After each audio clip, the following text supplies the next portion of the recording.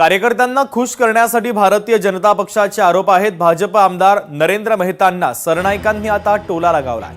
युतीची चर्चा पत्रकारांसमोर होत नाही। शिवसेनेचे मंत्री प्रताप सरनाईक यांनी अत्यंत महत्त्वाचं आणि सूचक वक्तव्य केलंय। तुम्ही मेहता साहेबांना एवढी वर्ष ओळखता, शेवटी कसं असतं, काही कार्यकर्त्यांच्या मनामध्ये उत्साह निर्माण करण्यासाठी, काही कार्यकर्त्यांना अजून उत्तेजित करण्यासाठी खोटं का होईना पण ते बोलावं लागतं। ते बोलले त्या दिवशी, त्यामुळे कार्यकर्त्यांना तो उत्साह आला। आणि मी आधीच म्हणालेलो की ज्या गोष्टी त्यांनी त्या दिवशी त्यांच्या भाषणामध्ये बोलले त्या गोष्टींचं त्यांनी स्वतःच सांगितलेलं आहे की ही गोष्ट मी केली, म्हणजे बाळासाहेब ठाकरे कलादालन मी केलं, पण कलादालनामध्ये भ्रष्टाचार झाला तो मी केला नाही।